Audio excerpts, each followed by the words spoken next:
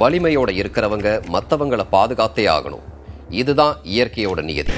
அப்படி பாதுகாக்கலனாலும் பரவாயில்ல, துன்புறுத்தினா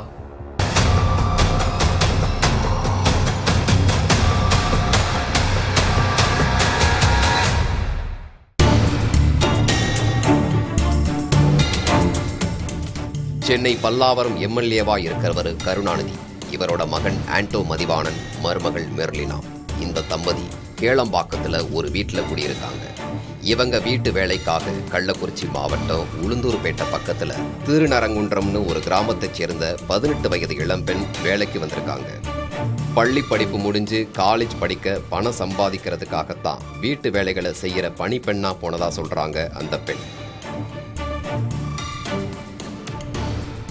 7 மாதங்களுக்கு பிறகு தைப்பொங்கல் கொண்டாடுறதுக்காக ஊருக்கு போன போது மகளோட உடம்புல சூடு வைக்கப்பட்ட காயங்கள் இருந்ததாகவும் தலைமுடி வெட்டி எறியப்பட்டிருந்ததாகவும் அக்யூஸ் பண்றாங்க அந்த பணிப்பெண்ணோட அம்மா செல்வி.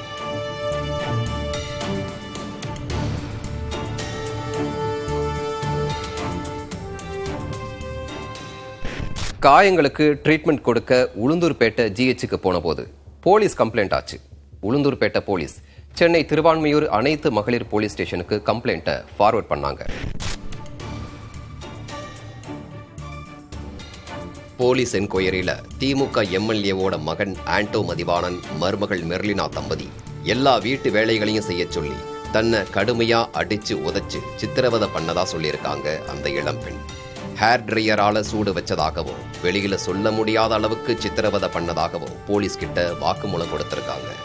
கரண்டியால துடைப்பத்தாளன்னு கையில கிடைக்கிறதையெல்லாம் வச்சு அடிச்சு உதைச்சதாகவும் சொல்லியிருக்காங்க. இதையெல்லாம் வெளியே சொன்னா குடும்பத்தையே கொலை பண்ணிடுறதா மிரட்டப்பட்டதாகவும் சொல்லியிருக்காங்க அந்த பணிப்பெண். அதே நேரத்தில் இந்த குற்றச்சாட்டுகளை மறுத்திருக்காங்க எம்எல்ஏவோட மருமகள். ஒரு ஆடியோவை வெளியிட்டு அந்த பணிப்பெண் கிட்ட பேசியிருக்காங்க. கம்ப்ளைண்ட் ரைஸ் பண்ணியிருக்கிற அந்த இளம்பெண் தன்னோட வீட்டில் சந்தோஷமாகத்தான் இருந்ததா சொல்லி அது தொடர்பான வீடியோக்களையும் வெளியிட்டிருந்தாங்க.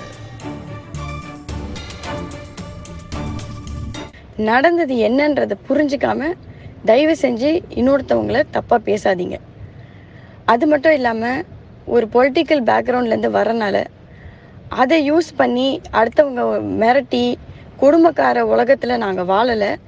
ரொம்ப மன உளைச்சலுக்கு ஏற்பட்டு 3 நாளாக என்னால் சாப்பிட முடியாமல், தூங்க முடியாமல், என் பொண்ணை என்னால் பார்க்க முடியாமல் இந்த லெவலுக்கு என்னை கொண்டு வந்து விட்டுருக்கீங்க.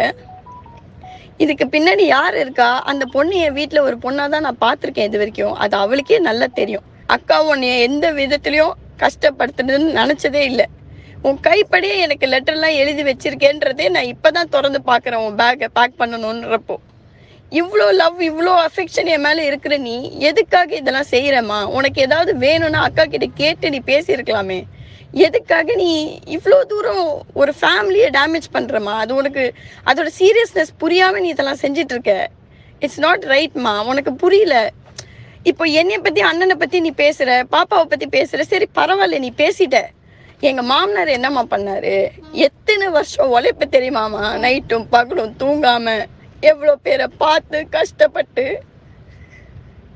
எங்க ஃபேமிலிக்குள்ளேயே இதனால ஒரு பெரிய பிரச்சனை ஏற்படும் இல்லம்மா? அதெல்லாம் நீ யோசிக்க மாட்டியா?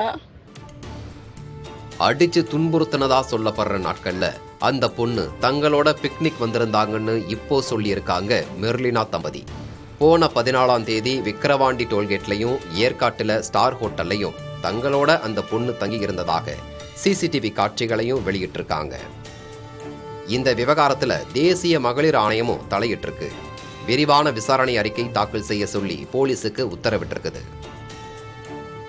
ஆண்டோ மதிவாணன், மெர்லினா தம்பதி மேல திருவான்மியூர் அனைத்து மகளிர் போலீஸ் 3 செக்ஷன்கள்ல கேஸை ஃபைல் பண்ணாங்க. குற்றச்சாட்டுகளை எஃப்ஐஆர்ல குறிப்பிட்டிருந்தாங்க போலீஸ். ஆண்டோ மெர்லினா தம்பதி தலைமறைவானதால அவங்கள கைது செய்ய 3 தனிப்படைகளை அமைச்சாங்க. இந்த தனிப்படைகள் புதுச்சேரி, திண்டிவனம், பெங்களூர்னு தேடி போய் திரும்பி இருக்கு. மொபைல் சிக்னலை வச்சு அவங்க இருக்கிற இடத்த கண்டுபிடிக்கிறதுக்கான வேலைகளும் நடந்துச்சு. அவங்க இருப்பிடம் தொடர்பா மெர்லினாவோட பேரண்ட்ஸ் கிட்டையும் விசாரணை நடத்தியிருக்காங்க. இதற்கிடையில ஆண்டோ மதிவாணனும் மெர்லினாவும் சென்னை முதன்மை அமர்வு நீதிமன்றத்தில் சரணடைய இருக்கிறதாகவும் அதே நாளிலேயே ஜாமீன் கொடுக்க உத்தரவிடணும்னு கேட்டு சென்னை ஹைகோர்ட்ல பெட்டிஷன் போட்டிருந்தாங்க. இதை விசாரிச்ச ஜட்ஜ் ஆனந்த் வெங்கடேஷ் அந்த 2 பேரும் சரணடைஞ்சா சட்டத்திற்கு உட்பட்டு அதே நாள்ல ஜாமீன் கொடுக்கறதுக்கு பரிசீலிக்கணும்னு உத்தரவிட்டிருக்காரு.